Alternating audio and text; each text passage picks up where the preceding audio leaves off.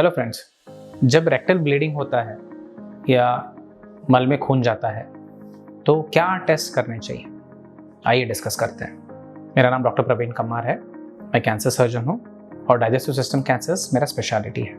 मेरे स्पेशलिटी में मैंने 5000 से भी ज़्यादा सर्जरीज की हुई हैं। मल में खून का जाना एक बहुत ही कॉमन कंप्लेंट है हमारे पॉपुलेशन में, और पाइल्स और फिशर्स ऐसे दो चीज़ें हैं ये जो सबसे कॉमन कॉजेस हैं मल में खून जाने का। बट सिर्फ एक कंप्लेंट से हम ये डायग्नोसिस नहीं कर सकते हैं, तो हमें ये ज़रूरी है जानना कि क्या टेस्ट लगते हैं और क्या क्या करना चाहिए एक ठोस कॉज के डायग्नोसिस के लिए, ताकि हम अच्छा ट्रीटमेंट दे सकें।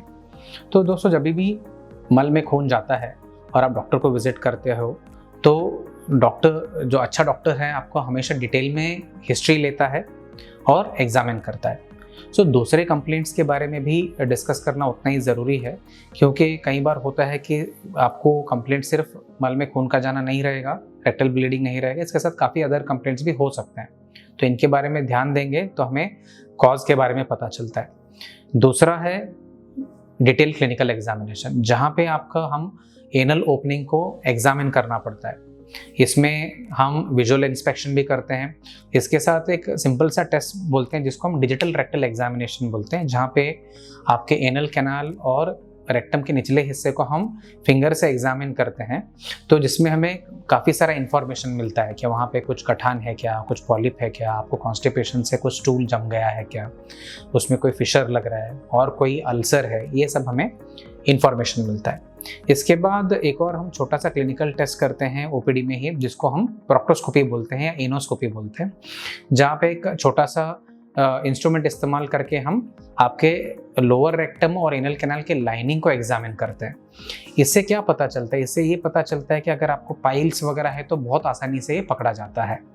और इसके साथ ही जो हम विजुअल इंस्पेक्शन जो बाहर से देखते हैं, इसमें बहुत सारा टाइम जो फिशर है वो हमको पता चल जाता है। कई बार ये दो ही कॉजेस हैं, पाइल्स और फिशर्स, जिसकी वजह से ब्लीडिंग हो रहा है। बट हमें दूसरे कंप्लेंट्स के ऊपर भी ध्यान देना है, जैसे कि वेट लॉस हो रहा है, या आपका स्टूल का फ्रीक्वेंसी कंसिस्टेंसी चेंज हो गया है, बाउल हैबिट्स चेंज हो गया है, इसके साथ कब्जियत बन रहा है। ये सबको देख के हमें शायद हो सकता है कि एडिशनल टेस्टिंग करना पड़े। समझ लीजिए कि कोई 55 ईयर ओल्ड जेंटलमैन आ रहे हैं मेरे पास, जिनको स्मोकिंग का भी हैबिट है और उनके फैमिली में एक कोलोन कैंसर का हिस्ट्री भी है, और उनको मल में खून जा रहा है। तो भले ही मुझे एग्जामिनेशन में पाइल से फिशर मिले, क्योंकि इनमें रिस्क ज़्यादा है बड़े तरीके कैंसर का, तो इनमें मैं सुझाव दूंगा कि एक इनका कोलोनोस्कोपी कराएं।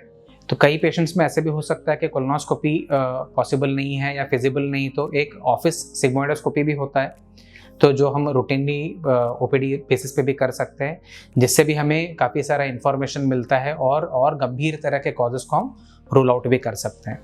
इन सब चीज़ों का मिश्रण, मतलब क्लिनिकल एग्जामिनेशन, डिटेल हिस्ट्री, और जैसे प्रोक्टोस्कोपी, एनोस्कोपी करना, और ज़रूरत पड़ेगा तो कोलोनोस्कोपी करना, इनके जो इन्फॉर्मेशन इनसे मिलता है, इसके हिसाब से हम आगे डिसाइड कर सकते हैं कि ये पेशेंट में सीटी स्कैन वगैरह का ज़रूरत है क्या। तो हर पेशेंट में सब कुछ ज़रूरी नहीं रहता है, कॉम्बिनेशन ऑफ सिम्टम्स और साइंस देखते हैं, और एडिशनल जो ज़रूरी है हम उसका सुझाव दे सकते हैं। तो बोलने का मतलब यही है दोस्तों कि मेडिकल अटेंशन जल्दी लेना ज़रूरी है। अच्छे से एग्जामिन करते तो हमें काफ़ी सारा आइडिया मिलता है, उसके हिसाब से हम एडिशनल टेस्टिंग बोल सकते हैं, ताकि आपको एक अच्छा ट्रीटमेंट हम दे पाए। ये टॉपिक के ऊपर आपको और भी सवाल हैं या डाउट है तो हमें लिख के बताइए, हम डेफिनेटली इनको सॉल्व करने की कोशिश करेंगे। Thank you.